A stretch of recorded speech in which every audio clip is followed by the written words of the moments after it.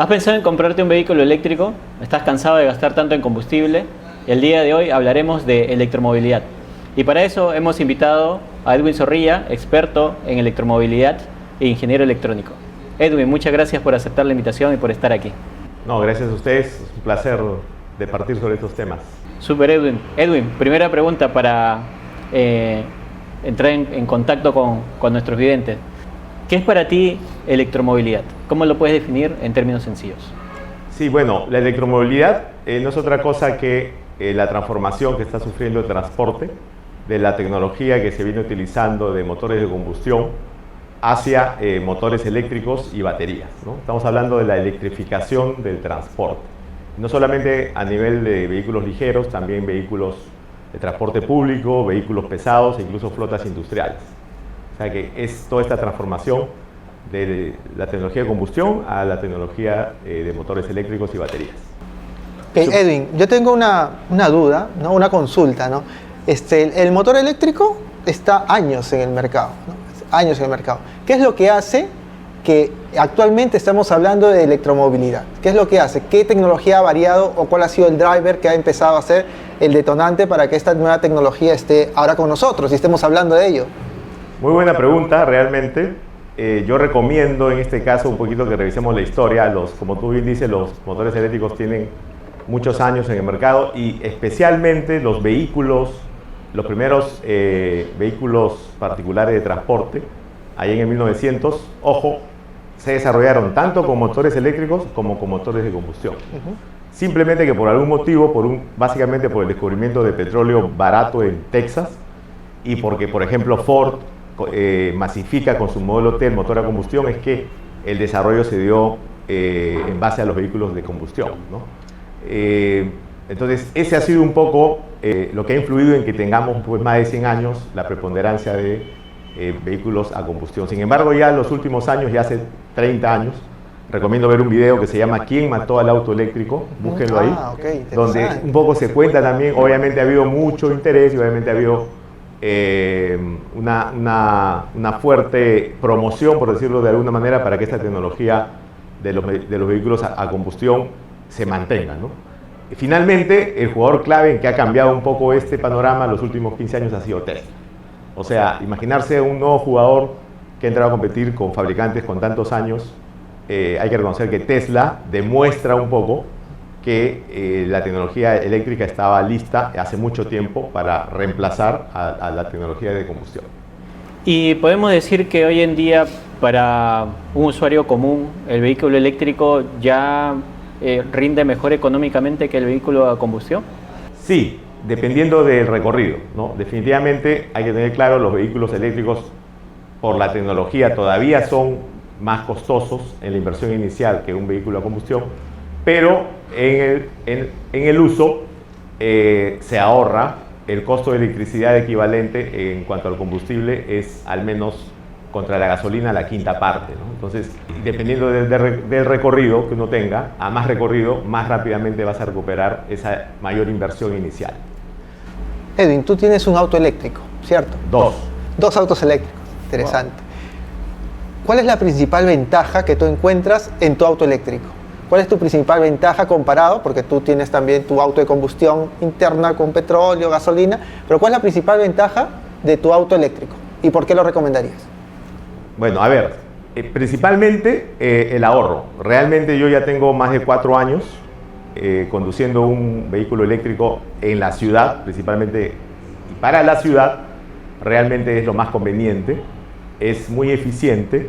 Y además de que obviamente duermo tranquilo porque estoy cuidando el planeta, yo estoy ahorrando, claro, estoy ahorrando lo que decía, estoy ahorrando por lo menos un quinto de lo que gastaba en combustible con electricidad, ¿no? Para que tengan una idea, por cada sol de electricidad se recorren más o menos 10 kilómetros. Entonces ese es un ratio para un vehículo sedán como el mío, que es un Kia Soul eléctrico. Y además de eso, el torque, la performance. O sea, cuando tú subes a un vehículo eléctrico, pisas el acelerador, tener la respuesta de torque instantánea, ¿no? No es un vehículo de combustión que tiene que desarrollar hasta 2000, 2500 RPM para recién tener su torque nominal. El eléctrico tiene el torque desde el arranque, ¿no? Entonces, como decía, me divierto mucho ahora que vine a Barranco en las subidas estas que hay, por ejemplo, Armendáriz, donde subes una subida, una pendiente, sin ningún ruido y con una aceleración pues estupenda, ¿no? Extraordinaria. Ok, interesante. Edwin, hablábamos de beneficios del vehículo eléctrico, pero ¿cuáles son los desafíos que encuentras? Como todo tiene sus pros y sus contras, ¿qué podrías comentarnos acerca de tu experiencia?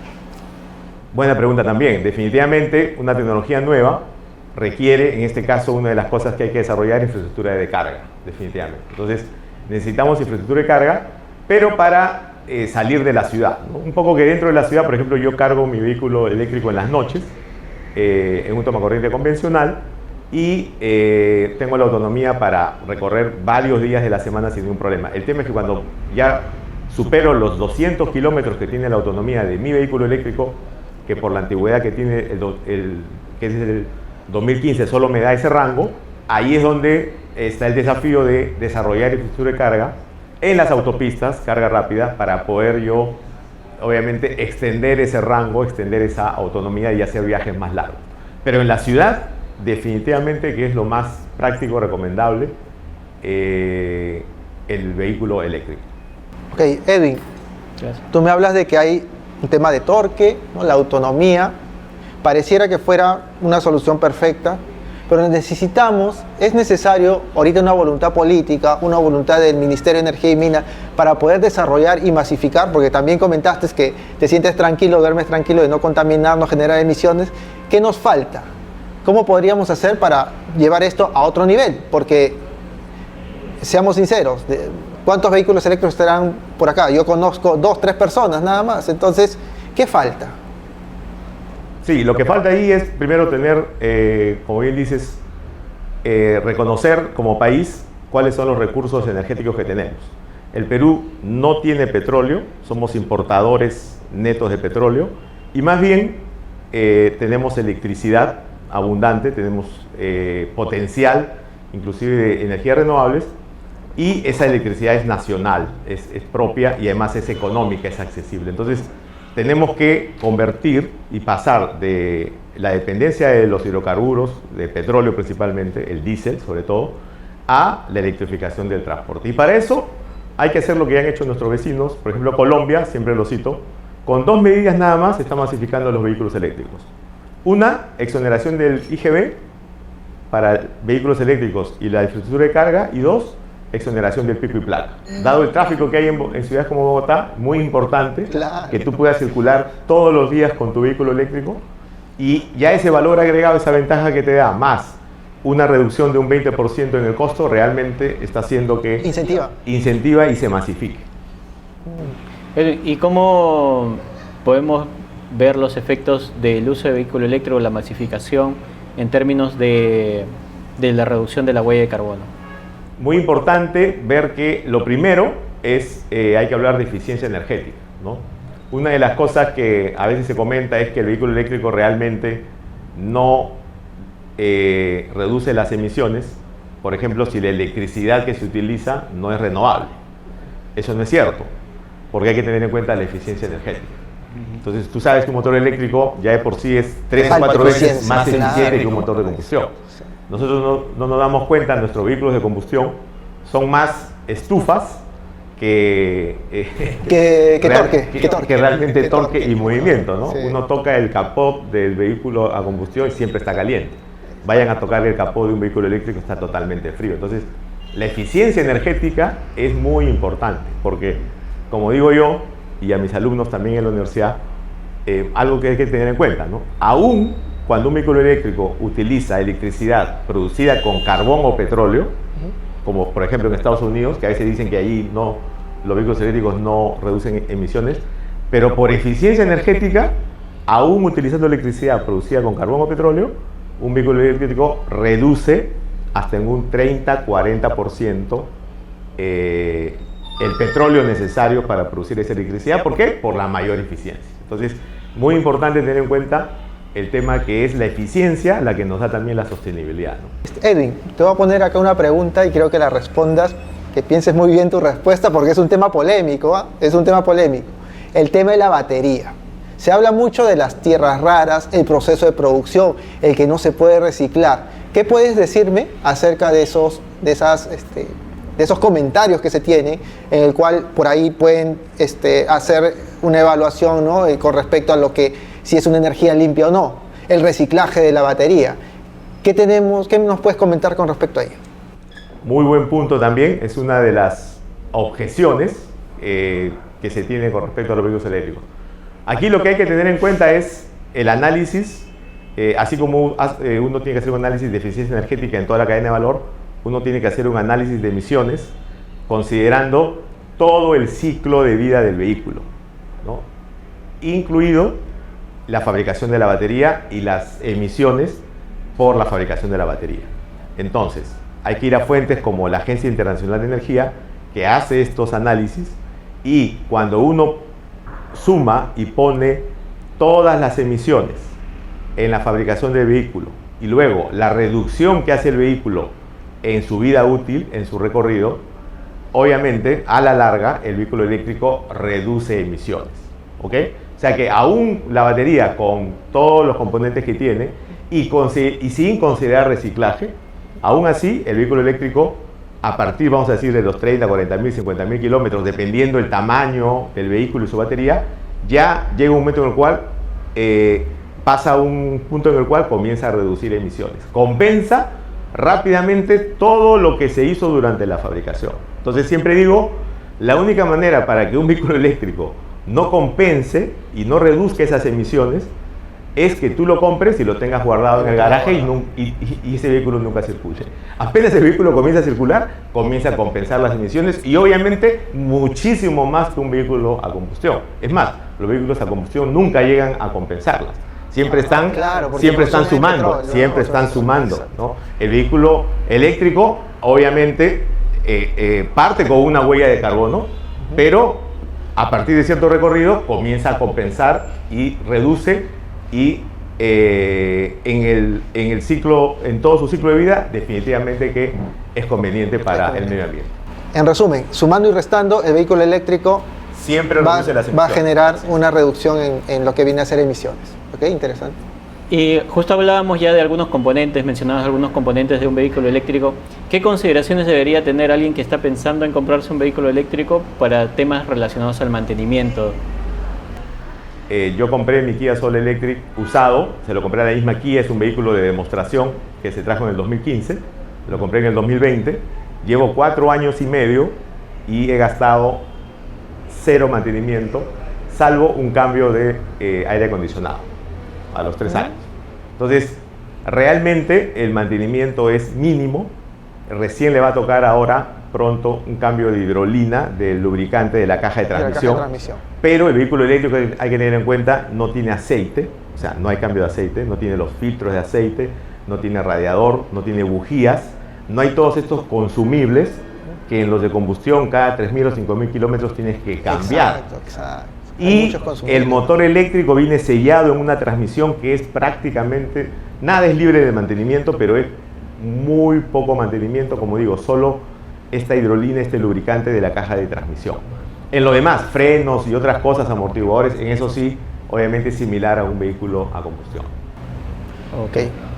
Edwin, el podcast pasado vino nuestro amigo que veía hidrógeno verde, Edmundo Farge, y hablábamos sobre una tecnología de motores de combustión, pero de hidrógeno. En Japón se está desarrollando mucho. Toyota está poniendo, como se dice, sus balas, o está enfocándose en motores de combustión de hidrógeno, que como su producto tiene agua.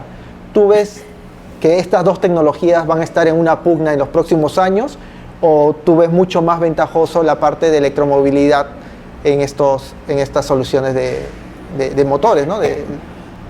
Claro, dentro de los tipos de vehículos eléctricos, el vehículo de celda de hidrógeno está dentro de la clasificación, porque el motor motriz es un motor eléctrico, ¿no? Pero la electricidad viene dada por una celda de hidrógeno, ¿no? Ahora bien, particularmente en transporte, algunos opinamos, yo soy de los que opinan que el hidrógeno, salvo transporte pesado de muy largas distancias o transporte marítimo, barcos, buques, en esas aplicaciones el hidrógeno verde va a ser conveniente, ¿no? Pero para las otras aplicaciones, incluido buses de transporte urbano, por ejemplo, realmente las baterías y los sistemas híbridos, por ejemplo, trole, van a ser mucho más convenientes, eficientes y más económicos también. Entonces, va a haber un espacio para el hidrógeno verde, pero muy pequeño, ¿no? Solamente para transporte pesado de carga a muy largas distancias. ¿Tú crees que estamos en el final del motor de combustión interna por diésel, por petróleo, por gasolina? ¿O lo vamos a seguir viendo en los siguientes 15, 20 años? Lo vamos a seguir viendo, lamentablemente, porque los propios fabricantes tienen una política, obviamente, de transición. Entonces, esta transición uno puede ver, hay marcas que están haciendo esta transición de una manera más acelerada que otras. Entonces, el mercado en general no está haciendo una transición tan rápida como se podría. Entonces, vamos a tener todavía vehículos a combustión, yo creo que por lo menos por unos 15, 20 años más todavía. Y justamente, dependiendo del segmento, del tipo de transporte, ¿no? Pesado, particular, etcétera, en algunos segmentos más rápidos que otros, pero todavía vamos a tener vehículos a combustión. ¿Por qué? Porque no todas las empresas son Tesla. Okay. ¿No? Si todos fueran Tesla, estos no durarían ni 5 años.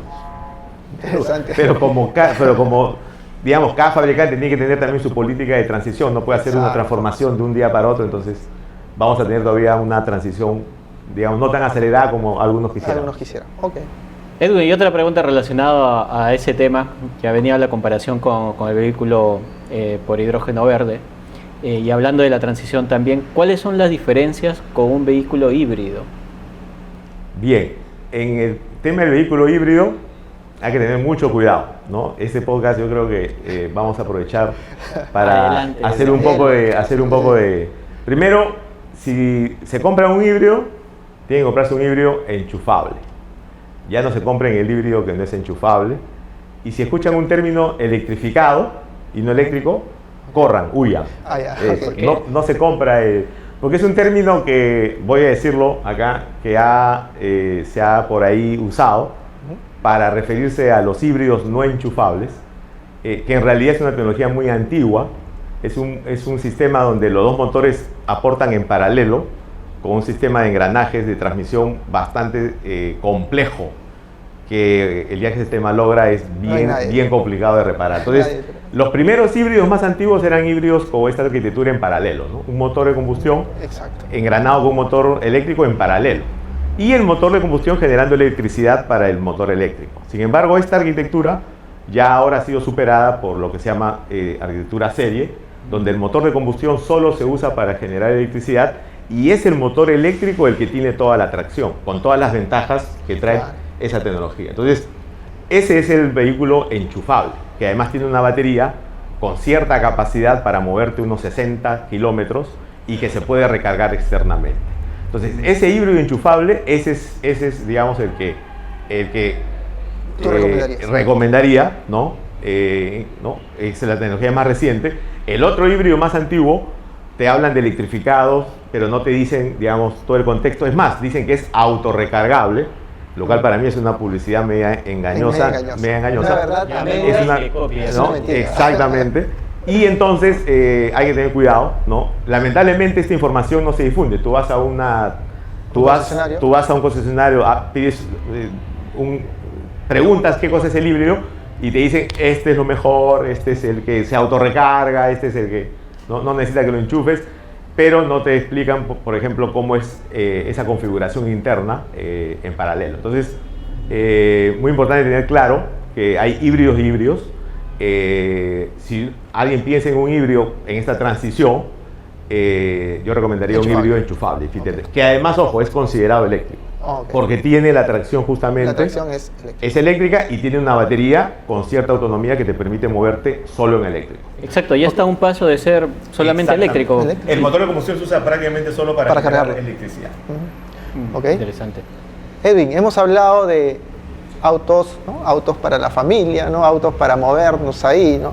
Pero, ¿qué espacio tienen los autos eléctricos o la electromovilidad en la industria? Somos un país minero, somos ahorita un hub, estamos apuntando a ser un hub portuario.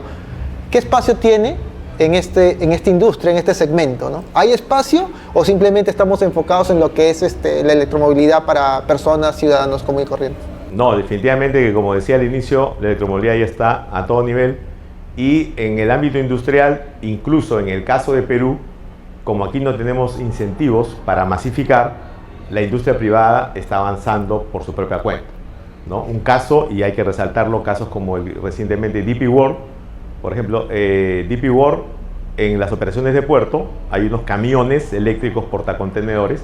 DP World acaba de adquirir los primeros 20 camiones eléctricos portacontenedores que se mueven solo dentro del puerto, y ha instalado un patio de carga con 10 cargadores que suman una nueva subestación eléctrica de 3 megavatios, para que tengas, ¿no?, en cuenta lo interesante que es cómo se convierte esta operación de pronto de camiones diésel a camiones eléctricos con una nueva subestación eléctrica, estos 10 cargadores y toda una operación nueva ahora basada obviamente en las ventajas de la electromovilidad.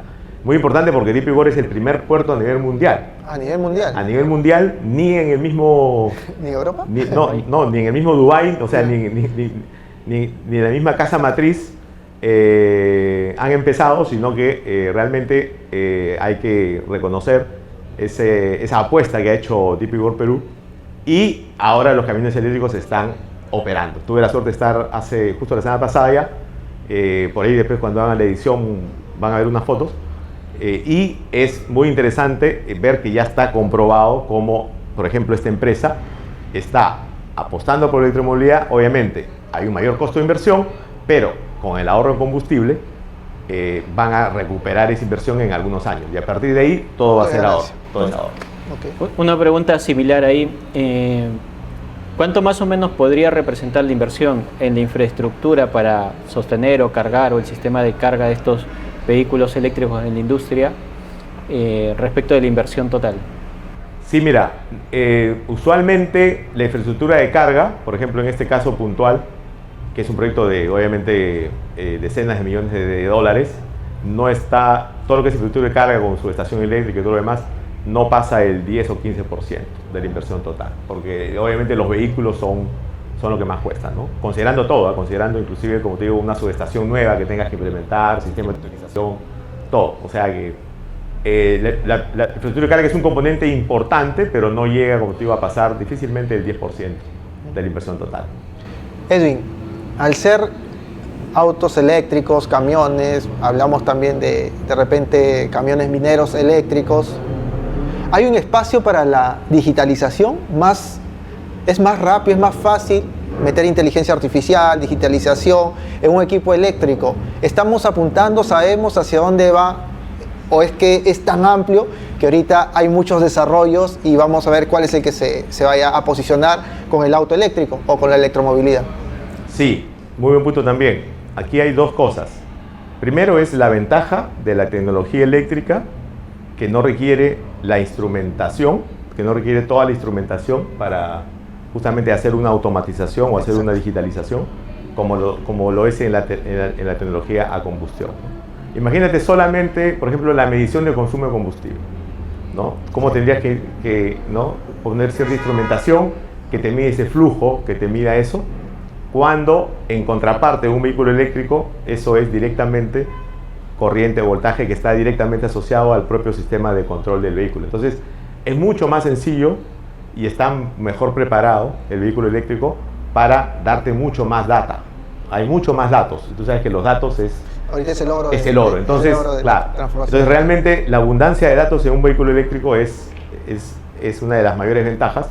Tienes todos los datos a la mano, ¿no? Y lo otro es de que además el vehículo eléctrico nació digital, ¿no? Yo a veces digo, en electromovilidad no hay que hablar de transformación digital. Porque ya viene, ¿no? Ya nació, embebido. Así es nativo. Nativo. El vehículo eléctrico nació digital, porque para que el inversor pueda controlar voltaje, corriente, de hecho que tiene que ya manejar las variables y ya tiene que tener un sistema de control bastante sofisticado. Es por eso que la conducción autónoma se ha desarrollado primero y se está desarrollando más rápida con los vehículos eléctricos, ¿no? Esa es una muestra de que, digamos, el nivel de digitalización es mucho mayor y es más fácil de implementarlo, y hay mucho más datos, que en la tecnología convencional. Y por ahí quería hacer mi pregunta también. Viendo que ya es mucho más natural y mucho más nativo, digamos, un vehículo eléctrico con el tema de la digitalización, ¿qué ves a futuro? ¿Qué hay en el roadmap? ¿Cómo pueden evolucionar los vehículos eléctricos? La conducción autónoma, no sé si estamos cerca, estamos lejos. No, de hecho la conducción autónoma ya es un tema solo legal. O sea, ya tienes tú fabricantes como Tesla y otros que ya tienen un nivel en el cual ya los vehículos son capaces de ir de un punto A a un punto B totalmente programados. Prácticamente es un tema legal, o sea, es cuando la legislación te permita realmente, ¿no? Que tú vayas, por ejemplo, durmiendo en tu vehículo, ¿no? Y que el vehículo vaya solo de donde quieres a su destino. Entonces, realmente por ahí hay un gran avance, o sea, ya no se trata realmente de tecnología, eso ya está, ¿no? Y lo otro que hay es una serie de data, información, que va a generar, yo creo, muchos nuevos negocios, modelos de negocios alrededor de la electromovilidad, ¿no? Por ejemplo, ahora mismo, ya cuando tú vas a cargar un vehículo eléctrico, tú ya no necesitas ni siquiera una tarjeta de crédito, ¿no? Ya hay pilotos en Estados Unidos donde en el protocolo de comunicación, porque lo que hay que tener en cuenta es que cuando uno carga el vehículo, ya se puede comunicar. No es un enchufe, claro. No, hay un protocolo de comunicación. Exacto. Hay un intercambio de datos entre el cargador y el vehículo. Entonces, cuando el cargador reconoce al vehículo con su identificador único de vehículo eléctrico, el cargador directamente reconoce que es usuario, tiene un contrato, por ejemplo, con Luz del Sur. Y te carga los kilowatt horas, te los carga directamente a tu factura de Luz del Sur. Entonces, bypass total avisa al operador de no hay carga. operadores. Entonces, los operadores de carga, que son nuevos jugadores, ¿no?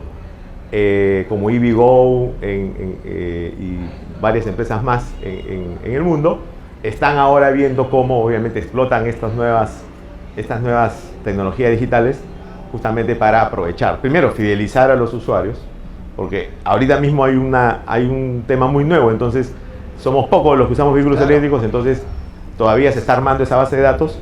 Cuando esto ya seamos más, va a explotar y vas a tener todo una serie un ecosistema, ¿no? Un ecosistema, exactamente, donde va a ser muy importante el tema de la interoperabilidad. El gran reto ahora es la interoperabilidad. Ya existen los protocolos, pero hay que implementar esa interoperabilidad. Y ya se está dando. Ustedes pueden buscar ahí apps como PlugShare, ¿no? O EV Connect, donde tú entras y en cualquier país del mundo llegas al país y ya te salen geolocalizados los puntos de carga y tú lo puedes reservar. Puedes reservar una sesión, ir a una hora, cargas y la pagas directamente desde la misma app. Sin interesar si el operador es EVgo o si es un Repsol o un Petrobras, que ya están poniendo también cargadores en sus estaciones de servicio. ¿Te das cuenta? Entonces hay todo un ecosistema que se está creando y es totalmente digital. Es un ecosistema nuevo para hacer estas transacciones de energía, ¿no? Relacionadas con el consumo de los vehículos eléctricos, de la electricidad, que es totalmente distinto a lo que existe actualmente. Sí, es otra forma ya de movilizarte, ¿no? Otra forma, dice. Pero cuando hablaste tú de la conducción autónoma, que era netamente ilegal, ahí entra también un tema, como dice, bien, de repente, ético, ¿no? Porque cuando desarrollas una inteligencia artificial, ¿a quién va como se dice, priorizar, ¿no? Imagínate que pasa una persona y el carro ya no tiene reacción. ¿Qué hace? O sea, ya entra en un tema un poco filosófico, ¿no? ¿Cómo se trabaja eso, ¿no? Al fin y al cabo, ¿no? Sí, es un tema bien complejo, ¿no? Exactamente. Quien haga ese firmware o quien haga ese software, o será un random, no lo sé. No, va a tener, o sea, ese software, ese firmware va a tener que ser legislado. Bajo va a tener que haber un criterio, va a tener que haber un criterio para, digamos, cómo debe reaccionar. Yo creo que al final tiene que hacer lo mejor posible para hacerlo, digamos, salvar lo más que pueda. Que pueda, ¿no? De repente. Pero ese es el tema justamente donde ya la tecnología, tú fácil puedes hacer un algoritmo, lo que sea, pero ya las consecuencias de ese algoritmo es otra cosa, es otro tema. Okay. Yo sé que es un poco otro tema ya. Sí, más. Claro, los Más vehículos filosófico autónomos, podría ser, ¿no? ¿no? Pero tal cual, o sea, a las finales nos va a llevar a eso, ¿no? Sí, sí, y no hay vuelta atrás. Yo creo que no hay vuelta atrás ya con el tema de electromovilidad, la conducción autónoma, la digitalización Y ojo, también en las flotas industriales. en las flotas industriales. Una de las ventajas que está viendo, por ejemplo, en minería, ¿no? En minería o sea, estos mismos vehículos que está comprando DP World, una de las ventajas que están viendo es que en algún momento se pueden hacer autónomos. Exacto, eso apunta. Digamos, lamentablemente, de alguna manera, aparte del tema social, ahí obviamente es un menor costo, pero también es más seguro, porque Exacto. siempre hay un riesgo de la persona que maneja estos vehículos pesados en operaciones industriales, en minería, en Un ejemplo, en zonas Chile, restringidas. ¿viste la noticia en Chile de una persona que estuvo manejando y se cayó el carro, hubo muertos, ¿no? De una señorita, ¿no? Así es, aún con los mayores estándares de seguridad de las empresas mineras más importantes y lo que quieran, siempre hay un riesgo asociado. El error humano. Siempre hay y siempre hay contingencias. Derrumbes, lo que sea. Entonces, definitivamente que la conducción autónoma también es una de las ventajas que consideran No exponer al peligro. las empresas. Así es. Ahora, esas personas tendrán que pasar a hacer otras labores. Otras labores, obviamente. Usar un abanico de Supervisar desde una consola toda la operación de varios camiones, en fin. Hay que prepararse para ese cambio, para esa transformación. No sé, alguna recomendación final, Edwin, algo que quisieras comentar acá a la audiencia. ¿Estás libre? Nuevamente, gracias. Yo creo que lo que tenemos que tener en cuenta es que ya la electromovilidad ya es una realidad. Necesitamos como país simplemente tener una política de transición energética. Eso yo quisiera mencionar como punto final. Es clave. La electromovilidad es parte de, pero en general necesitamos tener una política así de transición energética. Entonces, hay recursos energéticos que no tenemos como país y hay otros que sí tenemos. Entonces, estratégicamente tenemos que aprovechar aquellos que sí tenemos, como la electricidad, y también promover, en este caso, la demanda. ¿Qué es lo que hace falta en el Perú? Demanda eléctrica. Pongámonos todos de acuerdo y saquemos los proyectos mineros, por ejemplo. O sea, pongamos todos de acuerdo que se necesita inversión, eso da trabajo, eso genera demanda y eso es el beneficio para todos los peruanos. O sea, que hay que todos empujar y promover eso. Exacto. Gracias. Súper, Edwin. No, muchas gracias también. Ha sido, creo, muy ilustrativo para mí y esperamos que para nuestros seguidores también. Así que agradecerte nuevamente por tu tiempo, por la ilustración que nos has dado. Han quedado el tiempo quedó corto en realidad y han quedado muchos puntos. Sí, creo que vamos a tener que hacer una parte 2, Eddie, y cualquier cosa te estamos comunicando y esperemos pues poder tenerte nuevamente. Encantado, muchas gracias. Así es, muchas gracias a todos por seguirnos. Por favor, denle like, comenten, suscribirse, comenten. Varias de las preguntas que hemos hecho el día de hoy se han basado en las consultas que ustedes nos han estado comentando en estos días, así que las consultas son siempre bienvenidas. Bienvenidas. Nos vemos. Gracias, chao.